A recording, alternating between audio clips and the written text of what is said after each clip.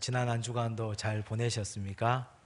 매일매일 은혜가 우리 인생에 또 우리 직장에 일터의 삶에 가득하게 차고 넘치기를 간절히 바랍니다.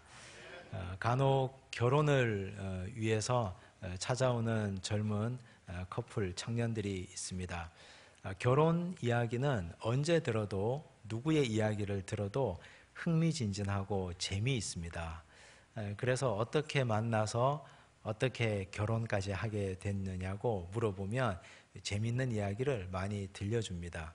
순적하게 만나고 순적하게 교제하고 또 아무런 문제 없이 결혼까지 이르게 되는 사람들도 있지만, 그러나 그 과정에 말할 수 없는 어려움을 겪는 분들도 있습니다.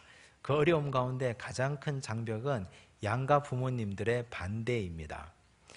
그런 반대까지 극복하고 결혼을 이루게 되는 젊은이들에게 어떻게 그 어려운 반대를 극복했냐고 물어보면 제가 묻는 우문에 현답을 합니다. 대부분의 사람들이 열심히 기도했습니다. 기도밖에는 할 수 있는 것이 없습니다 라고 예수 믿는 청년들이 그렇게 답을 해줍니다.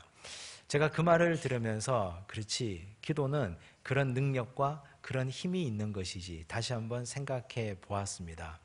사실 기도는 내가 할 수 없는 일에 대해서, 내 능력 밖의 일에 대해서 하나님께 부탁하는 것입니다. 하나님이 나에게 주신 건강, 재능, 또 나에게 주신 힘과 능력을 가지고 내가 할 수 있는 일은 열심히 감당하지만 내 능력 밖의 일은, 내가 아무리 일해도 최선을 다해도 할 수 없는 일은 나를 지으신 하나님께, 온 우주를 지으신 하나님께 부탁하는 것, 그것이 기도입니다. 기도는 우리에게 많은 선물을 주고, 기도는 우리에게 생각지도 않았던 많은 능력을 더하여 줍니다. 오늘 우리가 읽은 이 하나님의 말씀에도 기도가 우리에게 베풀어주는 위대한 선물이 소개되고 있습니다. 이 선물을 잘 받아서 우리 모두가 기도로 풍성하고 기도가 주는 선물을 마음껏 사용하고 누리는 하나님의 백성 되시기를 간절히 바랍니다. 오늘 1절 말씀은 이렇게 시작합니다. 제3일에라는 말로 열고 있습니다. 언제부터 3일입니까? 무엇으로부터 3일일까요? 4장에 보면 에스더가 죽음을 각오합니다. 왕 앞에 부르지 않았는데 그냥 나가면 왕이 죽일 수도 있습니다. 국법에 의하면 왕이 부르지도 않았는데 나가면 그 사람은 바로 죽음입니다. 왕이 30일 동안 찾지 않았습니다. 그런데 하만의 관계로 아수에로의 이해관계가 떨어져서 유대인들이 11개월 후에 모두가 다 몰살당하게 되었습니다. 모든 유대인들이 에스더 하나만 바라보고 있습니다. 제발 나가서 왕에게 이런 딱한 처지를 구해달라고. 에스더가 그 이야기를 듣고 3일 동안 금식했습니다. 먹지도 않고 마시지도 않고 에스더와 시녀가 함께 금식했습니다. 그리고 모든 유대인들에게 기도를 부탁했습니다. 나를 위하여 기도해달라. 내가 죽으면 죽으리라는 각오로 한번 나가보겠다. 기도를 부탁했습니다. 3일 동안 모든 유대인들은 식음을 전폐하고 기도했고, 에스더 또한 먹지도 않고 마시지도 않고 기도했습니다. 그렇게 기도한 지 3일이 지났습니다. 그러고 나서 왕 앞에 나가는데 얼마나 떨렸을까요? 얼마나 불안했을까요? 왕이 다행히도 지팡이를 내밀어 주면 살게 되겠지만, 너 여기 부르지 않았는데 왜 왔냐 하면 그날로 에스더는 폐위되면 물론이고 죽음입니다. 그런 두려운 상황에, 절체절명의 상황에 에스더는 왕 앞에 섰습니다. 3일이 지나서 어떤 일이 일어났습니까? 2절입니다. 함께 읽겠습니다. 왕후 에스더가 뜰에 선 것을 본즉 매우 사랑스러움으로 손에 잡았던 금규를 그에게 내미니 에스더가 가까이 가서 금규 끝을 만진지라. 본즉 매우 사랑스러움으로. 이 말이 굉장히 놀랍습니다. 왜냐하면 이 말은 객관적인 아름다움을 표현하는 말이 아니기 때문입니다. 우리가 한 끼만 식사를 걸러도 눈이 퀭하고 하룻밤만 잠을 자지 못하고 설쳐도 피부가 까칠한데, 에스더는 3일 동안 먹지도 않고 마시지도 않고 잠도 자지 않았습니다. 그런데 이런 여인이 뭐가 그렇게 아름답겠습니까? 먹지도 않고 마시지도 않고 잠도 못 잔 여인의 피부가 뭐 그리 사랑스럽겠습니까? 그런데 이 표현은 왕의 눈에 아름다워 보이고 왕의 눈에 사랑스러워 보였다는 표현입니다. 왕이 보니까 객관적으로는 이쁘지 않고 객관적으로는 아름답지 않은데 왕 자기 눈에만 아름다워 보이고 사랑스러워 보였습니다. 누가 하신 일입니까? 하나님이 하신 일입니다. 하나님이 간절하게 기도하고 식음을 전폐하고 금식 기도한 유대인들의 기도를 들으시고 에스더의 눈물과 탄원을 들으시고 악한 왕 아하수에로의 눈과 마음을 사로잡아 주셨습니다. 가정을 한번 해봅시다. 만약에 에스더가 왕에게 나간다는 얘기를 듣고 유대인들이 돈을 모았습니다. 돈을 모아서 성금을 모아서 이것으로 왕이 기뻐할 만한 선물을 사가지고 가라고 돈을 주었으면 그 선물을 받고 왕이 마음을 과연 돌렸을까? 에스더가 여인이 치장할 수 있는 최고의 옷으로 가장 비싼 금은 보석으로 자기를 머리부터 발끝까지 감싸고 나갔다고 해서 왕이 에스더에게 금지팡이를 내밀었을까? 저는 아니라고 생각합니다. 수많은 미인들에 지쳐 있었던 왕, 많은 부귀영화를 누리고 있었던 왕 앞에는 아무리 많은 금이라도 아무리 아름다운 여인이라도 그의 눈과 마음을 만족하게 할 수 없기 때문입니다. 오직 악한 왕 아하수에로의 마음을 움직인 것은 하나님의 역사요, 하나님의 능력이요, 그것은 신비입니다. 이것이 기도가 우리에게 주는 위대한 선물입니다. 간절한 중보기도, 강력한 중보기도는 나 혼자 하는 것보다 훨씬 더 힘이 있습니다. 에스더의 기도도 위대했지만 모든 유대인들이 함께 합심해서 기도한 것이 놀라운 결과를 이루어내었습니다. 내 마음에 소원이 있습니까? 이루고자 하는 간절함이 있습니까? 혼자 기도하다가 기도에 힘에 부치고 힘겨우십니까? 기도 부탁하시기 바랍니다. 목회자에게 기도 부탁하시고 교회 중보기도대 우리 교회 기도원 300용사들에게 기도를 부탁하시기 바랍니다. 함께 모여 기도하고 강구해서 기도하고 함께 마음을 모으고 하나님께 기도하면 역사하는 힘이 놀라운 능력으로 우리에게 선물로 되돌아올 줄로 믿습니다. 또한 기도가 우리에게 주는 선물은 지혜입니다. 에스더가 왕에게 나갔습니다. 그런데 왕이 생각하니까 왜 왔을까 궁금해졌습니다. 국법을 엄연히 아는 왕비인데 내가 부르지 않았는데 올 때는 목숨을 걸고 왔을 텐데 도대체 무슨 이유로 목숨까지 걸어야 했을까? 왕이 궁금해졌습니다. 묻습니다. 성격 급한 왕이 묻습니다. 3절입니다. 함께 읽겠습니다. 왕이 이르되 왕후 에스더여 그대의 소원이 무엇이며 요구가 무엇이냐 나라의 절반이라도 그대에게 주겠노라 하니. 왕이 성격이 급합니다. 말만 하라. 나라의 절반이라도 너에게 주겠다. 마음이 급했습니다. 알고 싶습니다. 빨리 알고 싶습니다. 그런데 에스더는 한 템포 쉬어갑니다. 제가 잔치 자리를 하나 마련했습니다. 왕과 하만을 위한 잔치 자리입니다. 2분만 오십시오. 마음 급한 왕은 사람들에게 명령합니다. 급히 하만을 불러오라.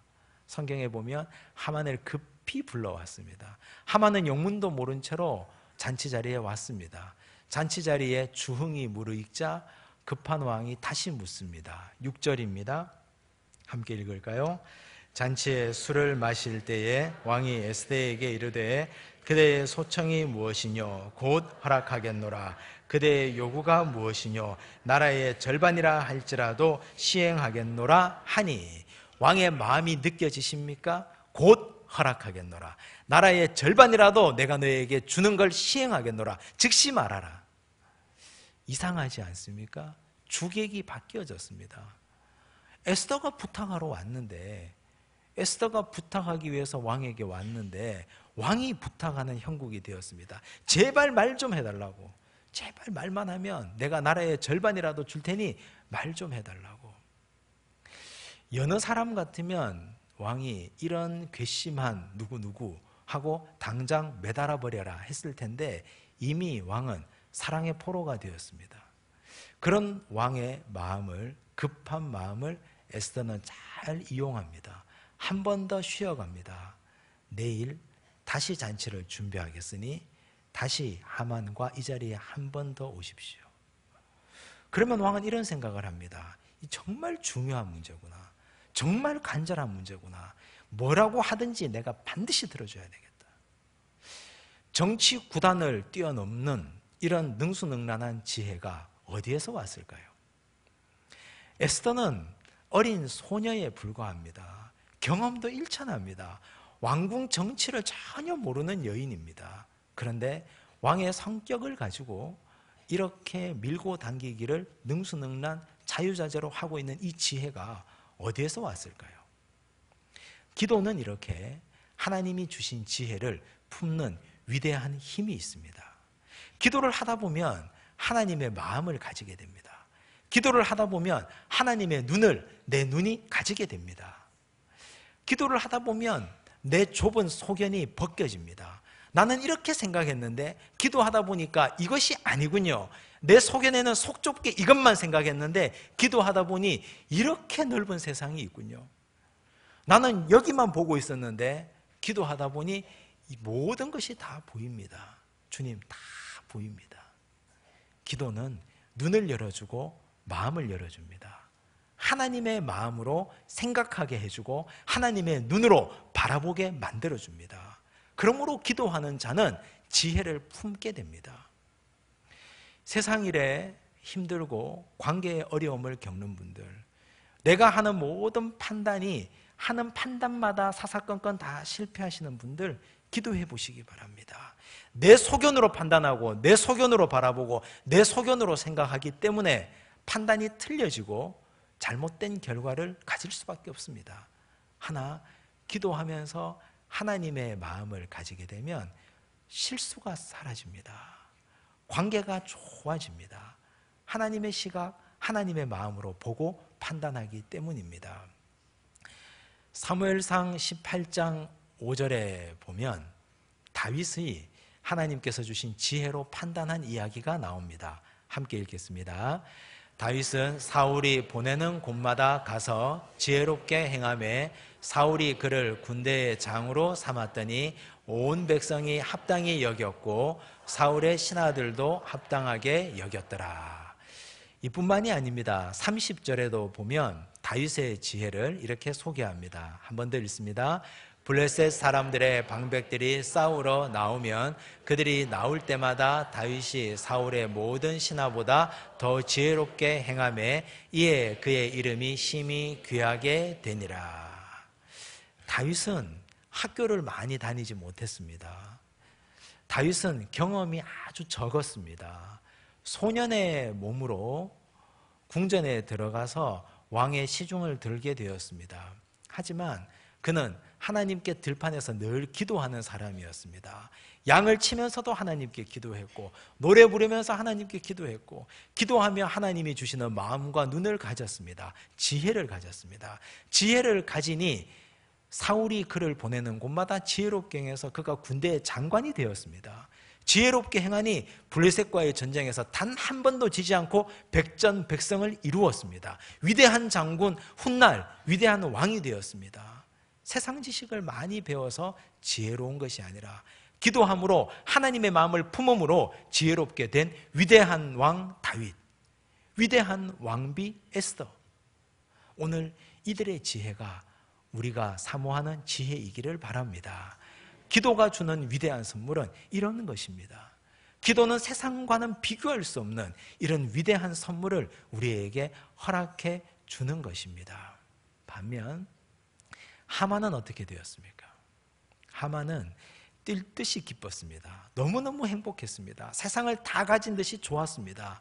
왜냐하면 왕후가 왕과 함께 2번이나 그 잔치에 하만만 불렀기 때문입니다. 모든 고관 대작들, 모든 사람들을 다 뒤로 하고 하만 단 한 사람만 잔치에 2번이나 초대했습니다. 그 기쁨을 하만은 친구들에게 자랑하고 싶었습니다. 아내에게 말하고 싶었습니다. 이렇게 자랑합니다. 11절과 12절입니다. 함께 읽을까요? 자기의 큰 영광과 자녀가 많은 것과 왕이 자기를 들어 왕의 모든 지방관이나 신하들보다 높인 것을 다 말하고, 또 하만이 이르되 왕후 에스더가 그 베푼 잔치에 왕과 함께 오기를 허락받은 자는 나밖에 없었고 내일도 왕과 함께 청함을 받았느니라. 하만은 이렇게 자랑합니다. 하만이 자랑하는 것이 네 가지죠. 첫째, 자기가 받은 큰 영광. 두 번째, 자녀들의 숫자. 세 번째, 자기의 높음. 모든 지방관 신하들보다 높다. 네 번째, 잔치에 초대받은 자는 나밖에 없다. 이 네 가지를 자랑합니다. 그러나 분노를 표현합니다. 한 가지 분노는 모르드게 때문입니다. 지금 전국 방방곡곡에 방이 붙었는데 유대인들을 다 죽이겠다고 했는데 그럼에도 불구하고 모르드게가 하만에게 무릎을 꿇지 않습니다. 분노가 하늘같이 치솟습니다. 견딜 수가 없습니다. 그 분노를 아내와 친구들에게 표현합니다. 기도하지 않는 자의 특징입니다. 하나님 없이 살아가는 사람의 특징입니다. 하나님 믿는 것처럼 보이지만 그러나 실상은 기도하지 않는 자들이 이런 모습을 보입니다. 무엇을 자랑합니까? 숫자를 자랑합니다. 자기의 영광을 자랑합니다. 사람들보다 내가 높은 권세를 자랑합니다. 내 주변에 권세 있는 사람들과 내가 그 자리에 함께 있음을 자랑합니다. 그러나 한 사람도 품지 못하는 옹졸한 마음입니다. 교회는 무엇을 자랑해야 됩니까? 교회가 높은 첨탑, 좋은 건물을 자랑하는 교회, 수많은 사람들이 모이는 숫자를 자랑하는 교회, 교회가 가지고 있는 부동산의 크기와 넓이를 자랑하는 교회, 유구한 역사를 자랑하는 교회, 그런 교회 정상적인 교회가 아닙니다. 하나님이 기뻐하시는 교회가 아닙니다. 교회의 자랑은 한 사람을 품는 것이 자랑이 되어야 됩니다. 누구나 올 수 있는 교회, 누구나 와서 포도주와 젖을 값없이 먹고 살 수 있는 교회, 돈 없이도 올 수 있는 교회, 세상에 권세가 없어도 올 수 있는 교회, 세상에서 치이고 힘들고 어려움 겪어서 마음이 천갈래 만갈래로 갈라진 사람들이 누구나 와서 위로받을 수 있는 그곳, 그것이 교회가 되고, 그런 많은 사람들이 그런 사람들을 포용하고 수용하는 것이 교회의 자랑이 되어야 합니다. 성도는 어떻습니까? 우리가 하나님을 믿는 하나님의 백성들이라면 우리의 자랑이 무엇입니까? 숫자를 자랑하고 있습니까? 내가 받는 연봉, 우리 자녀들의 수, 우리 자녀들의 직장, 내 권세, 내 주변에는 이렇게 잘난 사람들이 많이 있다. 나는 그런 사람들과 함께 먹고 함께 누리는 자들이다. 그런 자랑밖에 없다면 수준 낮은 사람들입니다. 하만처럼. 정말 하나님 믿는 사람이라면 예수를 자랑해야 되고, 예수님처럼 내 마음에 얼마나 많은 영혼들을 품을 수 있는지, 내가 품을 수 있는 포용력을 자랑해야 됩니다. 한 사람도 품을 수 없다면, 한 사람도 품을 수 없는 간장 종지보다 더 좁은 마음이라면 우리는 신앙생활 잘못하고 있는 것입니다. 하만처럼. 하만은 왕이 세워서 모든 신하들 위에 가장 높은 자리를 주었습니다. 잘 돌봐줘야 됩니다. 이 신하는 가정에 어떤 일이 있는지, 이 사람은 무엇 때문에 저렇게 얼굴이 어두운지, 모르드게가 다 잘하는데 저거 하나 엎드리지 않으면 왜 그러는지, 무슨 이유가 있는지 살펴보고 찾아봐주고 돌봐줘야 됩니다. 그런데 그 한 사람을 용납하지 못하는 그 옹졸함 어디에다 쓰겠습니까? 그것이 무슨 백성 중에 장군이요, 모든 신하들 중에 최고의 자리에 있는 신하입니까? 자격이 없는 사람입니다. 우리가 모름지기 성도라면, 우리가 하나님의 교회라면 우리는 숫자를 자랑해야 될 것이 아니라 내가 얼마나 많은 사람들을 내 가슴 안에 품을 수 있느냐, 포용력을 자랑할 수 있기를 간절히 바랍니다. 주변에 기도하지 않는 사람 주변에 악한 사람들이 있습니다. 하만 주변에도 그런 사람들이 가득 있었습니다. 그의 아내 세레스가 그러했고 이름 없는 친구들이 그랬습니다. 부창부수라 했고 그나물의 그 밥이라 했습니다. 역시 그런 사람들이 다 모여 있었습니다. 하만이 와서 자기 자랑을 잔뜩 늘어놓았습니다. 모르드게 때문에 화가 나서 견딜 수 없다고 화를 토로했습니다. 그 말을 들은 아내와 친구들이 뭐라고 조언합니까? 14절입니다. 함께 읽을까요? 그의 아내 세레스와 모든 친구들이 이르되 높이가 50규빗 되는 나무를 세우고 내일 왕에게 모르드게를 그 나무에 매달기를 구하고 왕과 함께 즐거이 잔치에 가소서 하니 하만이 그 말을 좋게 여기고 명령하여 나무를 세우니라. 아내는 적어도 그러면 안 되잖아요. 정말 사랑하는 친구들이라면 이걸 말려야 되잖아요. 당신이 이 나라의 가장 최고의 재상인데 그 한 사람 그거 용납하지 못하냐고.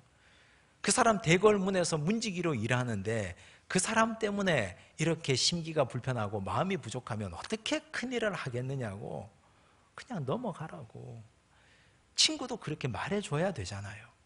그런데 이 사람들은 그러지 않습니다. 50규빗 되는 큰 나무를 준비하라고 했습니다. 50규빗 정도 되면 수상궁행 어디에서도 다 보이는 높이입니다. 그 높이에 모르드게를 가서 왕에게 청해서 목을 매달라는 얘기입니다. 11개월 후에 어차피 모든 유대인들을 처형하기로 예정되어 있습니다. 그런데 처형일을 좀 당겨서 그렇게 스트레스를 받으시면 모르드게를 매답시다. 왕에게 한번 권해 보십시오. 나무를 준비하십시다. 하만은 그 말을 좋게 여겨 나무를 준비했습니다. 우리 주변에 기도하는 사람이 있다는 것은 위대한 축복입니다. 내 주변에 나를 위해서 기도하는 사람, 내 주변에 우리 가정을 위해서 기도하는 사람, 내 일터를 위해서 기도하는 사람이 있다는 것은 세상에 억만금을 주고도 바꿀 수 없는 위대한 축복입니다. 특권입니다.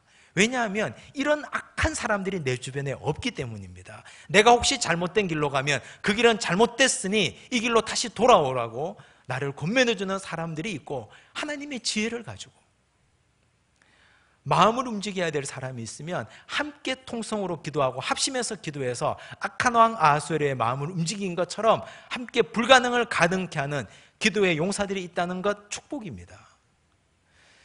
예수님 시절에 중풍병자가 있었습니다. 중풍병자는 꼼짝도 못하고 누워 있습니다. 친구 4명이 안타까운 마음으로 친구 중풍병자에게 찾아왔습니다. 그를 들쳐매고 들것에 들고 주님 앞에 나갔습니다. 사람들이 너무 많아서 주님 앞에 갈 수가 없었습니다. 지붕으로 올라갔습니다. 지붕을 뚫었습니다. 침상을 달아내렸습니다. 주님 앞에 보였습니다. 예수님이 그 모습을 보시고 그들의 믿음을 보시고 소자야 네 죄사함을 받았느니라. 중풍병자의 병을 고쳐주셨습니다. 기도하는 4명의 친구가 있었던 중풍병자, 얼마나 행복한 사람입니까? 구약시대 여리고성에 살았던 한 여인 라합이 있습니다. 라합은 소문으로 들었습니다. 이스라엘 백성들이 곧 여리고를 치고 올 것을. 그래서 정탐꾼들에게 이렇게 부탁했습니다. 당신들의 군대가 이 성을 칠 때 나와 내 아버지의 집은 안전하게 보호해 주십시오. 증표를 달아둘 테니 우리를 보호해 주십시오. 정말 그날이 왔습니다. 라합 한 사람 때문에 라합의 아버지, 라합의 형제들, 가족들 모두와 심지어 모든 가축들조차 하나도 죽임당하지 않았습니다. 기도하는 사람 라합 한 사람 때문에, 제대로 믿음 생활하는 사람 라합 여인 한 사람 때문에 모든 사람 그 가정이 구원 얻게 되었습니다. 오늘 내가 그런 기도하는 자가 되기를 바랍니다. 오늘 우리 주변에 그런 기도하는 사람이 있음이 우리에게는 위대함이요 축복이요 영광이요 기쁨이 된다는 사실을 꼭 기억하시기를 바랍니다. 말씀을 정리하겠습니다. 기도가 준 선물은 참 많습니다. 그 중에서도 불가능을 가능케 하게 한 강력한 중보기도, 하나님의 지혜를 내 지혜로 품을 수 있는 지혜를 선물로 주는 기도의 능력, 이걸 꼭 붙드시기를 바랍니다. 세상에 어떤 것과도 비교할 수 있는 위대한 능력이고, 내 주변에 기도하는 사람이 있어서 하만처럼 거만하고 교만하고 오판하지 않게 되도록 언제나 겸손하게 기도하는 주변의 여러 사람들을 소중히 여기는 주의 백성들 되시기를 간절히 바랍니다. 기도하겠습니다.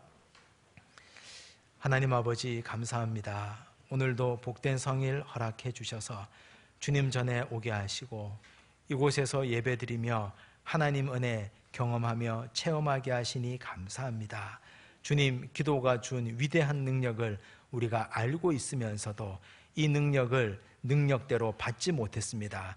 게을러서 기도하지 못했고 여러 핑계로 하나님께 엎드리지 못했습니다. 주님, 오늘 다시 한번 깨닫게 하시니 기도가 주는 위대한 선물을 소중히 여기며 우리 손에 간직하게 하여 주옵소서. 우리가 함께 엎드려 기도함으로 이 기도가 준 선물을 우리 두 손에 가지고 이 능력을 체험하며 살아가는 우리 모든 주의 백성들 되게 하여 주옵소서. 예수님 이름으로 기도드리옵나이다. 아멘.